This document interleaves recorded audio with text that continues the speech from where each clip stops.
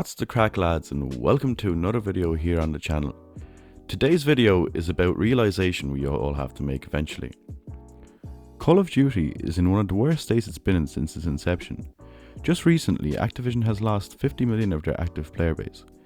Don't get me wrong here, it is out of 150 million, which is considerably high compared to a lot of games out there.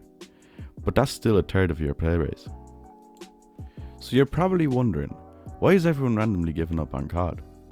Some of you may know this already, but the biggest fault is none other than skill-based matchmaking. For those of you that don't know what skill-based matchmaking is, it's basically a system Activision puts in place to track how well you're doing in game to match you up with opponents with similar skill level.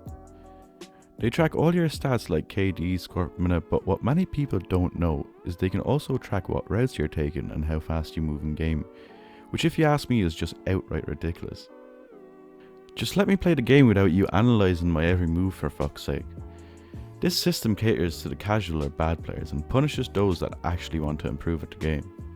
So even for the casual player like Jimmy down the road, improving is not an option. It's just a cash grab system Activision puts in place so they can get more people buying the game. I don't understand how Activision want to benefit off this for the long term. People just want to enjoy the game for what it is, and not come up against Optic Scumpy every time they drop 50 plus kill game.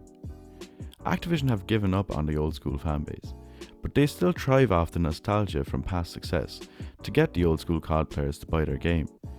If you're trying to advertise towards the old school player base, why not cater to them instead of treating them like shit? Innovation comes a long way. We've seen innovation in the past being both positive and negative. The implementation of jetpacks and double jumping was definitely one that was not well received by the community. But personally, I enjoyed Black Ops 3.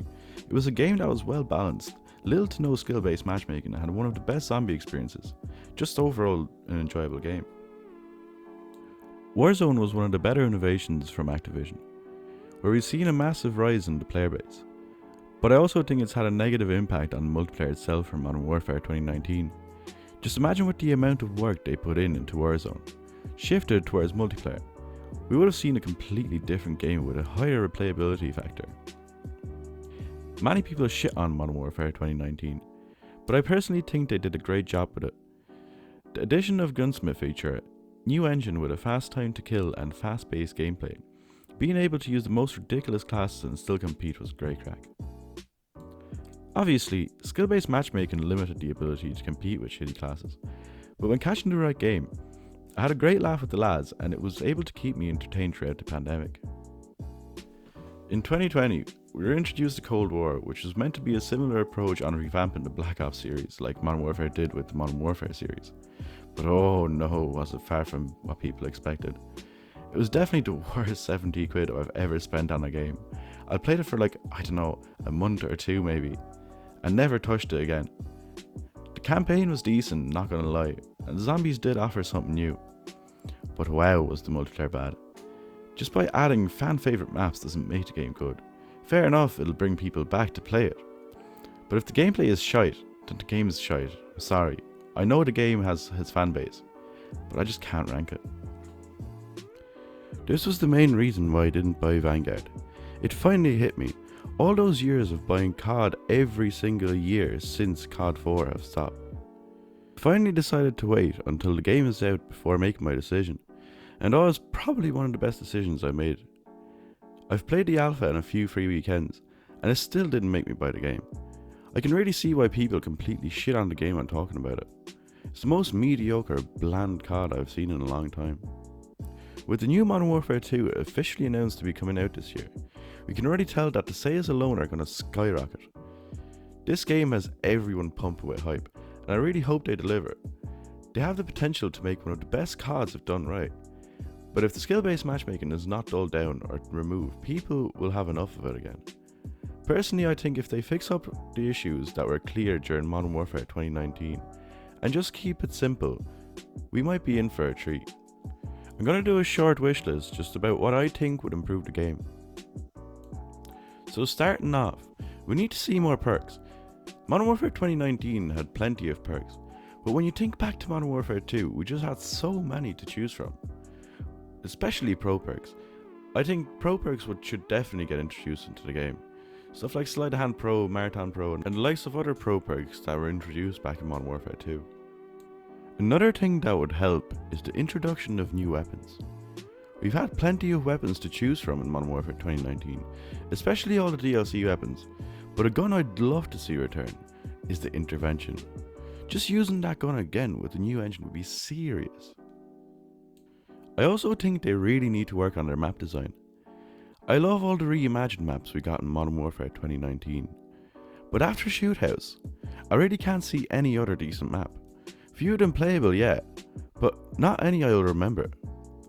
We'll definitely get all the brilliant reimagined maps from the original Modern Warfare 2, such as Terminal, High Rise or Favela, but I would also like to see some new maps that will become memorable over time.